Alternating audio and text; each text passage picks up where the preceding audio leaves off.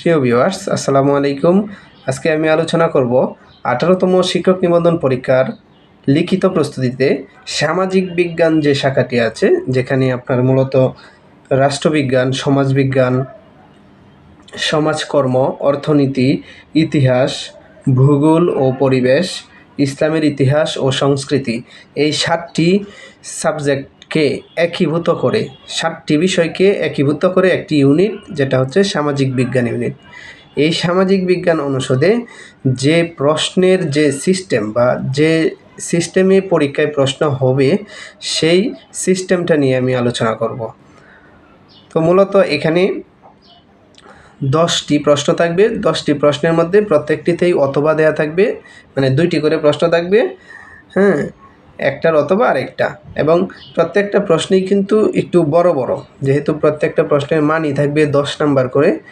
যে কোনো 10টি প্রশ্নের উত্তর দিলে আপনার 100 নাম্বার পূর্ণ হবে।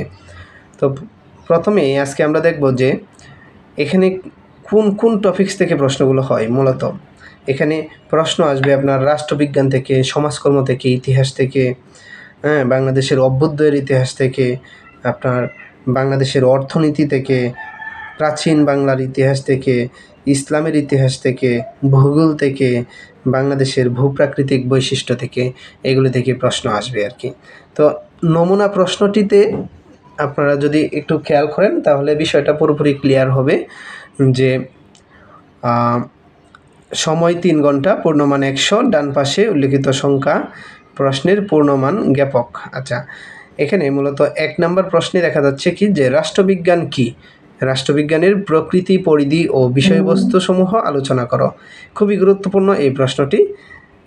আবার এর সাথে অথবা দিয়ে আসছে যে রাষ্ট্র কাকে বলে, সংক্ষেপে আধুনিক রাষ্ট্রের কার্যাবলী আলোচনা করো। 2টি প্রশ্নেই কিন্তু খুবই গুরুত্বপূর্ণ। আচ্ছা, এখন এই 2টা প্রশ্ন থেকে যে কোনো একটা প্রশ্নের উত্তর যদি আপনি দিতে পারেন তাহলেই হবে।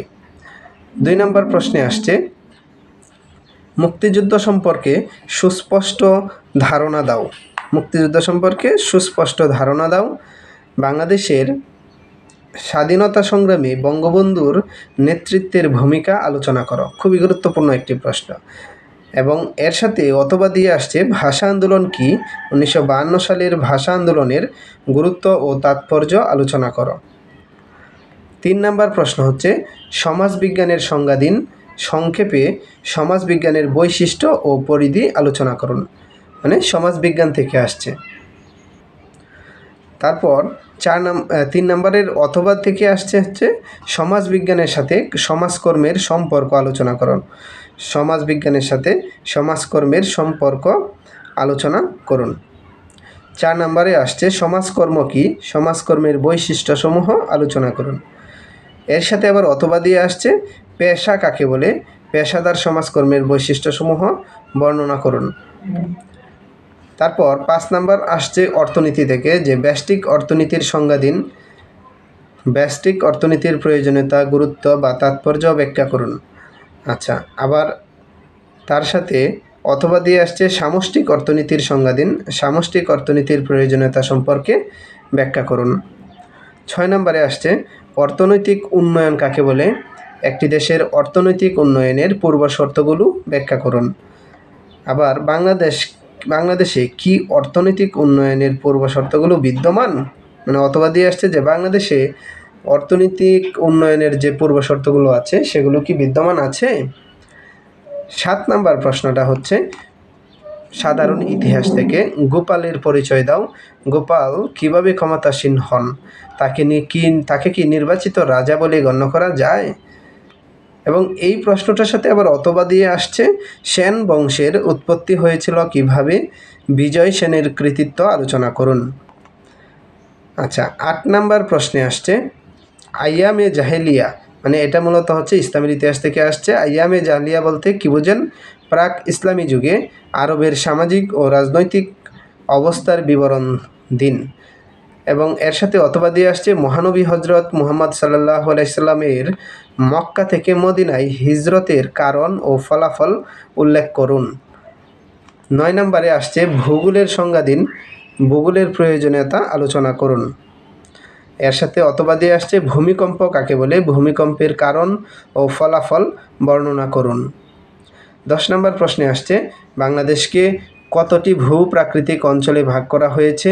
বাংলাদেশের ভূপ্রাকৃতিক ভাগগুলোর সংক্ষিপ্ত বিবরণ লিখুন এবং বাংলাদেশের জলবায়ু মানে অথবা দিয়ে আসছে বাংলাদেশের জলবায়ুর বৈশিষ্ট্য উল্লেখপূর্বক জলবায়ু অঞ্চলগুলোর বিবরণ দিন। মানে বাংলাদেশের জলবায়ুগত বৈশিষ্ট্যগুলো নিয়ে আলোচনা করার জন্য বলা হয়েছে। তো এখানে প্রত্যেক যে কোনো 2টি থেকে একটা করে প্রশ্নের উত্তর দিতে হবে আমাদের, এবং মোট 10টি প্রশ্নের উত্তর দিতে হবে। 10টি থেকে আমাদের নাম্বার হবে 100 নাম্বার। তো এই ছিল প্রথম নমুনা 1 নাম্বার নমুনা প্রশ্ন, যা আমাদের 18তম শিক্ষক নিবন্ধন পরীক্ষায় এই সিস্টেমেই প্রশ্নগুলো হবে। এবং এখানে মূলত কিন্তু সিলেবাস দেওয়া হয়েছে নতুন একটি, যে সিলেবাসে বলা হয়েছে যে এখানে মোট 10টি টপিক্সের উপর প্রশ্ন করা হবে। 10টি টপিক্সের মধ্যে 1 নম্বরে আছে আমাদের প্রথমেই আছে রাষ্ট্রবিজ্ঞান।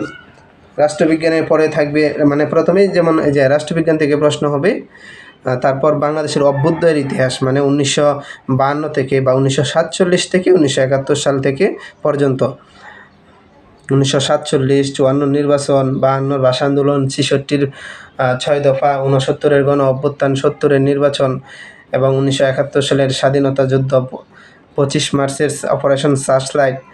হ্যাঁ, এছাড়া সংবিধান থেকে প্রশ্ন আসতে পারে যে 1972 সালের সংবিধান প্রণয়নের ইতিহাস, এই বিষয়গুলোর উপর প্রশ্ন আসবে। তো এই ছিল আজকের মতো। আশা করি আপনারা এই প্রশ্নগুলো একটু কালেক্ট করবেন এবং প্রশ্নগুলো সমাধান করার চেষ্টা করুন। খুবই গুরুত্বপূর্ণ কিন্তু এই প্রশ্নগুলো। আমি এই নমুনা প্রশ্নগুলো চেষ্টা করব আপনাদেরকে আরও দেওয়ার। তো যদি আপনারা চান আর কি, তাহলে আমি আরও এই প্রশ্নগুলো দেব। তো সবাই ভালো থাকবেন, সুস্থ থাকবেন। আসসালামু আলাইকুম।